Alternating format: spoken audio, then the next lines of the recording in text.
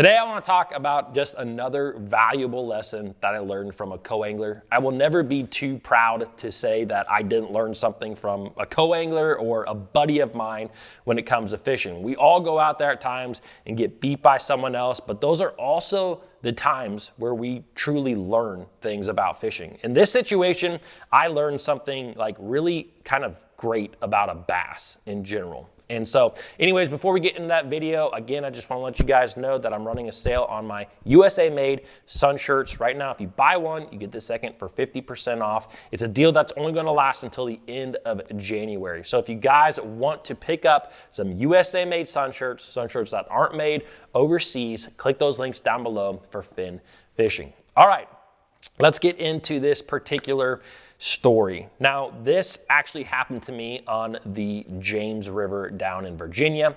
I was fishing a Bassmaster Open event, and I've actually told this story before on my Bass Fishing HQ channel, but still, it's just something that at the time, it kind of blew my mind. Now, long story short, I've been practicing for this event. You know, you're spending a lot of money, and I had gotten on a pretty good flipping and pitch and bite, and I was using kind of your typical creature style bait. In this case, it was a beaver, and it's one of my favorite baits to flip and pitch. Now, one of the reasons that I went with that beaver is also because the water was really dirty. You know, when that water is moving constantly on the James River is a tidal fishery, it can get pretty muddy, like a couple of inches of visibility.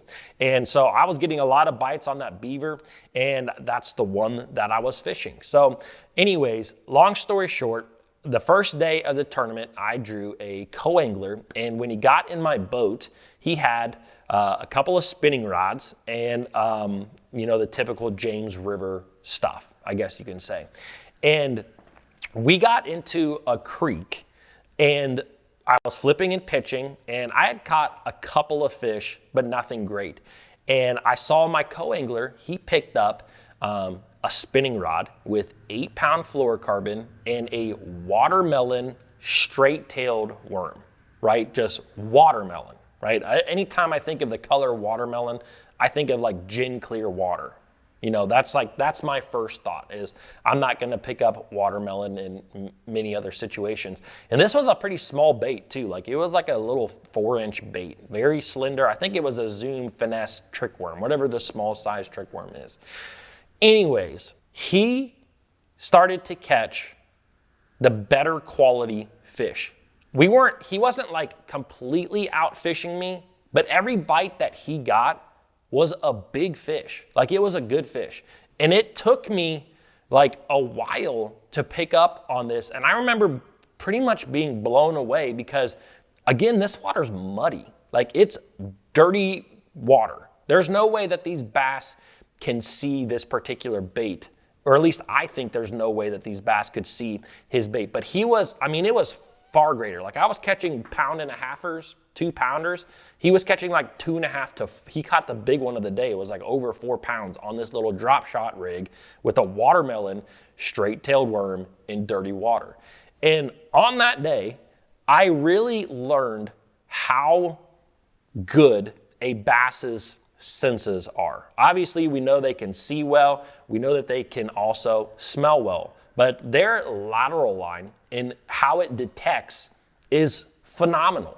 Like it really, really is something that I don't think humans can fully understand. And I was actually just at a Berkeley event where they talked about how a bass can feel something move from basically 2 or 3 body lengths, human body lengths away, which is pretty substantial if you really think about it. And the big thing that I learned on this day was that even if you are fishing in muddy water, if it's highly pressured water, you should still resort to finesse fishing at times. Like I think that there's really 2 things that you can do in that situation. The one is to go big. I've talked about that on the channel, and I didn't really understand that fully at the time. And I think that sometimes going massively big, throwing a big swim bait, it's just so different that a bass will reach out and grab it. Or it's going finesse. It's throwing a really, really small bait. And I don't think the color of that bait really mattered at all. It was just a smaller presence in this water And that's what the bass were keying on. I guarantee there was probably 50 boats over the course of the practice that had gone through that exact same area that I was fishing, and they were all probably doing the exact same thing I was. They were probably flipping and pitching plastics of some sort. So the bass in that area probably got fairly used to the exact same style of baits, whether that was a jig or a crawl or a beaver style bait or a tube, all kind of that same 3, 4, 5 inch thicker bodied plastic on heavy line. That's what they had all seen. And simply him switching over to that finesse presentation, a drop shot with a worm that I literally remember him picking it up and I'm like, dude, I don't think the fish are even gonna feel or see that thing. And I just got blown away by it. I really did. So the point of this story is bass have a great sense of feel with their lateral line. So never be afraid to finesse even in really muddy water. I hope you guys enjoyed this video. If you did, please subscribe. You can watch my most recent video here, and I will see you guys tomorrow.